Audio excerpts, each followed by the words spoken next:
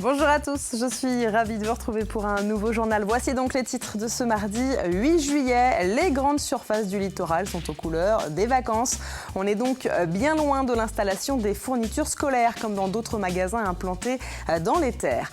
Ce skipper a déjà le double cœur vendéen pour le prochain Vendée Globe. Tanguy Delamotte courra sous les couleurs de l'entreprise Caline des Herbiers. Les salariés ont d'ailleurs pu rencontrer le navigateur et son nouveau bateau. Le Team Europcar montre le maillot en ce début de Tour de France, mais cette fois, Anthony Charteau ne fait pas partie de l'aventure. Pourtant, il a longtemps été aux côtés de Thomas Voeckler, qui a d'ailleurs fait une belle étape ce mardi.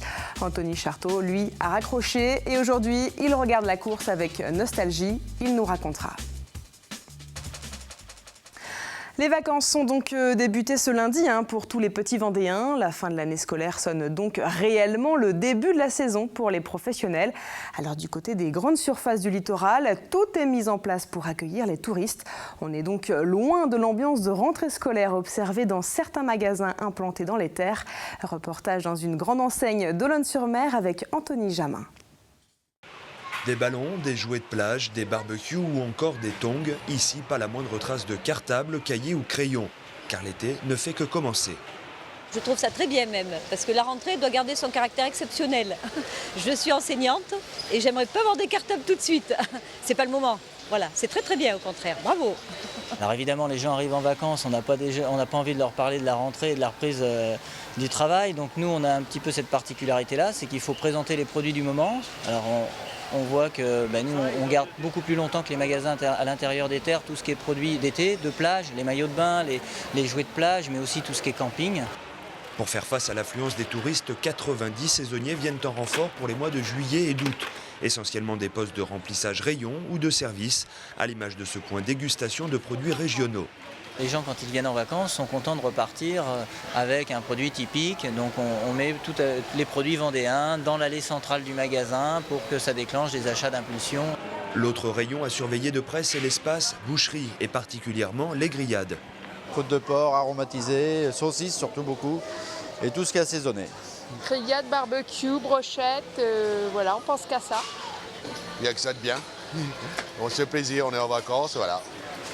Là aussi, le réapprovisionnement s'effectue plusieurs fois par jour.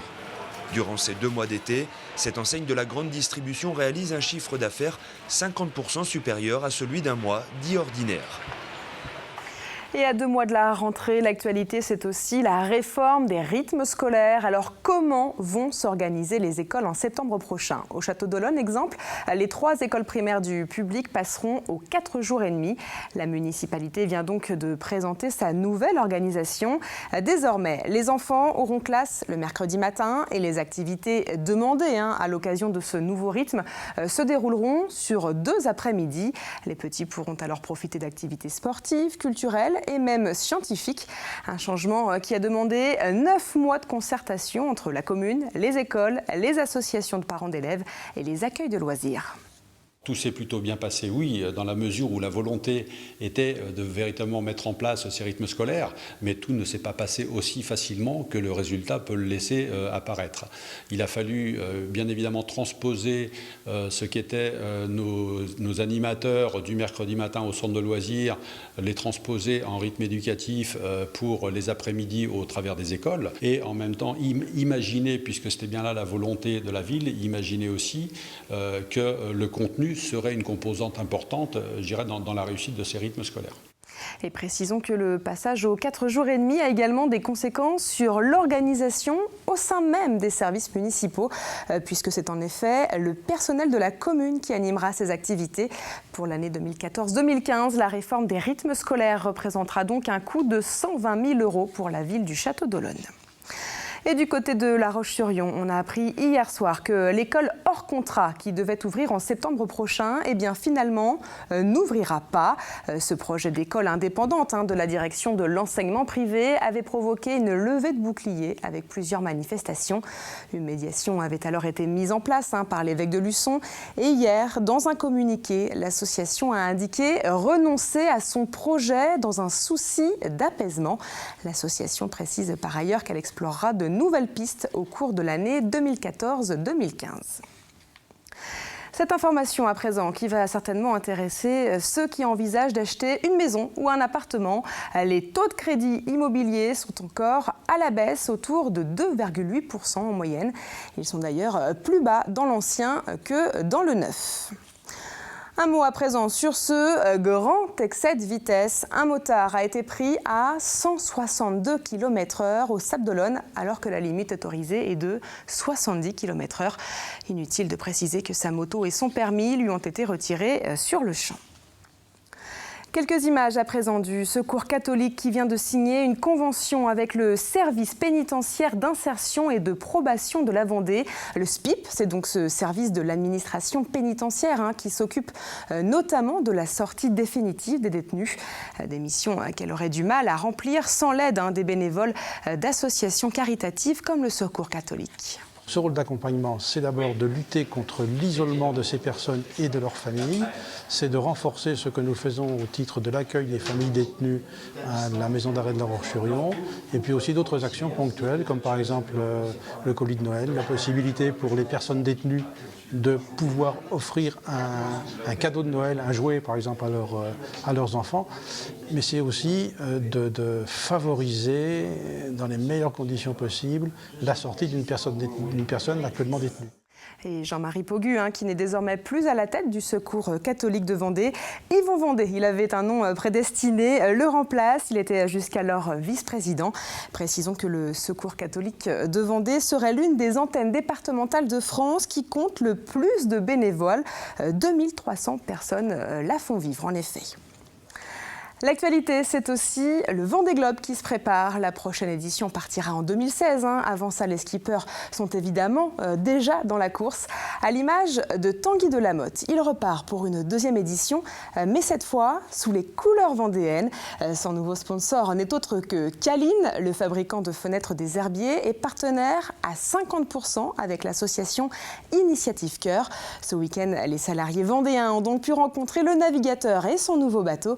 Reportage de Guillaume Lefort sur le ponton des Sables d'Olonne. Aller plus vite pour sauver plus d'enfants, c'est le défi que s'est lancé Tanguy de Lamotte avec son nouveau bateau. C'est génial d'être ici au Sables d'Olonne avec un nouveau bateau, un nouveau projet pour le Vendée Globe avec Initiative Cœur qui continue grâce au soutien de Caline. Donc, des supporters vendéens dans un projet avec du cœur, c'est super. 3 fois opéré du cœur, Bibou coupe le ruban inaugural sous le regard ému des sponsors. Des sponsors touchés par le projet de Tanguy. Le déclic, ça a été la personnalité de Tanguy et puis surtout le projet qu'il porte. C'est-à-dire que Tanguy court pour faire la promotion de mécénat chirurgie cardiaque et pour lever des fonds pour sauver des enfants qui sont condamnés parce qu'ils ont une sévère malformation cardiaque. Flash mob, chanson d'encouragement, 800 employés de Caline sont venus supporter Tanguy et son projet. C'est quelque chose de très important pour moi, rejoindre quelqu'un qui se donne autant pour des enfants, c'est vraiment formidable. Hey, smile. Gros sourire. C'est génial de pouvoir de voir que ce qu'on a fait pour le Vendée Globe 2012-2013 peut continuer et que ça a plu à les valeurs qu'on véhiculait de générosité, de partage ont plu à une grosse et une belle société vendéenne. Et d'avoir des fans vendéens maintenant, ça va vraiment être super. Prochaine étape avant le Vendée Globe, la route du Rhum le 2 novembre prochain. Tanguy mettra les voiles vers 2 objectifs, la victoire et de nouveaux dons pour les enfants. Et précisons que les couleurs vendéennes flotteront d'autant plus que Tanguy de Lamotte navigue avec le voilier du Vendéen Arnaud Boissière, l'ancien skipper d'Akena Véranda. Sur terre et sur la pelouse, plus précisément, la reprise a sonné pour certains footballeurs. C'est le cas pour les équipes de National et de CFA avec des matchs amicaux. En National, les premiers matchs sont programmés ce samedi 12 juillet. Le Poiré-sur-Vie, avec ses 11 recrues, joueront contre le Stade Lavallois à Château-Gontier. Luçon et ses 9 nouveaux joueurs rencontreront Guingamp à Sarceaux. Et en CFA, rendez-vous le mercredi 23 juillet. Les Herbiers débuteront leur série de matchs amicaux avec un derby, puisqu'ils retrouveront les Luçonnais qui évoluent donc une division au-dessus. Et le match se déroulera à Pouzauges. Et puis Fontenay recevra sur son terrain le Chamois niortais. Et sur les routes à présent, décidément, le vert est la couleur du Tour de France cette année, puisque ce mardi est marqué par la très belle performance de Thomas Voeckler. Le coureur du Team Europcar a mené la course entre le Touquet-Plage Paris et Lille. Et malheureusement, le Vendéen s'est fait rattraper au 16e kilomètre avant l'arrivée. Malgré ce bémol, Thomas Voeckler a remporté le titre de combativité. Et l'équipe vendéenne a décidé une nouvelle fois de se montrer, puisque Brian Coquard termine à la 5e place. Rappelons que ces 2 derniers jours, le plus jeune de l'équipe vendéenne avait terminé 4e. La journée est donc belle pour le manager Jean-René Bernaudot qui fête aujourd'hui ses 58 ans. Et demain, mercredi, le Tour prendra un départ à Ypres, direction Appenberg, porte du Hainaut. Et on va parler d'un autre coureur. Il n'y a pas si longtemps, il roulait encore aux côtés de Thomas Voeckler sous la houlette de Jean-René Bernaudot. Mais il y a un an, Anthony Charteau arrêtait la compétition. Avant ça, ce Vendéen du Poiré-sur-Vie avait notamment remporté le maillot à pois. Aujourd'hui, il ne fait plus l'histoire du cyclisme. Il la regarde avec forcément une certaine nostalgie. Delphine Ledu l'a retrouvé chez lui, à l'heure évidemment du Tour de France. Par exemple, aujourd'hui, 2 coureurs devant, un peloton derrière qui roule. J'aurais été dans la dernière partie avec 2 ou 3 coureurs de mon profil, style Thomas et quelques-uns. David Moncoutier aussi, qui faisait beaucoup comme moi. À son compteur, 5 Tours de France et 13 courses remportées dans sa carrière. Depuis un an, l'ancien coureur d'Europcar, Anthony Charteau, suit désormais de loin les courses cyclistes et vit notamment ce 101e Tour de France avec un brin de nostalgie. Je suis pas triste. Mais je me rends compte que le vélo c'est en moi et que j'aimerais être dans la compétition. Maintenant, si j'ai arrêté, c'est parce que j'avais plus la motivation pour m'entraîner correctement et être à bon niveau. Maintenant, c'est sûr que la compétition, le goût du risque, l'envie de gagner, de bien faire, de me surpasser, ça manque beaucoup. Formé au Vendée-U, Anthony Charteau a marqué le cyclisme français, avec notamment l'un de ses plus grands souvenirs, sa victoire du maillot à pois lors du Tour de France 2010. Pour un grimpeur, le maillot à pois, c'est ce qu'il y a de plus beau. Quand on y a commencé à y goûter, on se transcende pour arriver le premier en haut de ces montagnes, le premier en bas aussi, parce que la montagne, c'est pas que la montée, c'est aussi les descentes. C'est beaucoup de concentration, beaucoup d'énergie. C'est des efforts qui sont très longs. La Madeleine, par exemple, où je passe en tête et où je prends le maillot la première fois. Et c'est évident que c'était mon rêve de gamin. C'est dur de dire je vais être maillot à pois parce que c'est très aléatoire. Il faut vraiment être bien pendant un mois. Bon, voilà, j'ai eu la réussite, la chance de pouvoir le faire. C'est des grands moments. Et la grande boucle, c'est maintenant en famille qu'il la regarde, avec ses enfants Diego et Paco qui semblent suivre les traces de leur papa.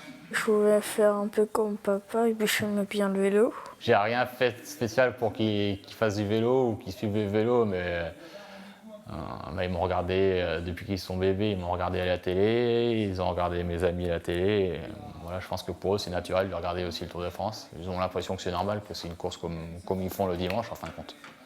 Anthony Charteau garde un œil sur le cyclisme et sur ses anciens coéquipiers, l'autre sur sa nouvelle entreprise où l'ancien sportif s'investit pleinement.